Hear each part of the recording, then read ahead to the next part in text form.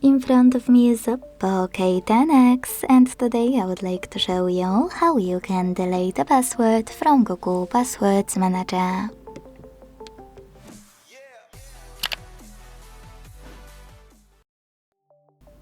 If you want to get rid of any password from your manager, don't worry, I will show you exactly how to do it step by step.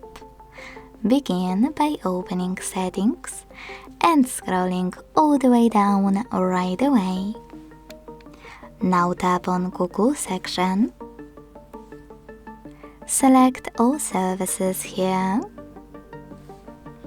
and scroll down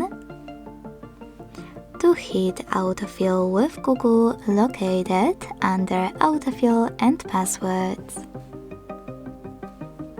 Finally, hit Google Password Manager, and to delete any password from it, don't worry, this option won't delete any account or any password in any app. Just click on one of your passwords, enter your screen lock, and tap on Delete twice. First time here on this blue button, and second one in the pop-up to confirm your choice. Thanks so much for watching. If you enjoyed this video, leave a like, comment and subscribe. Bye!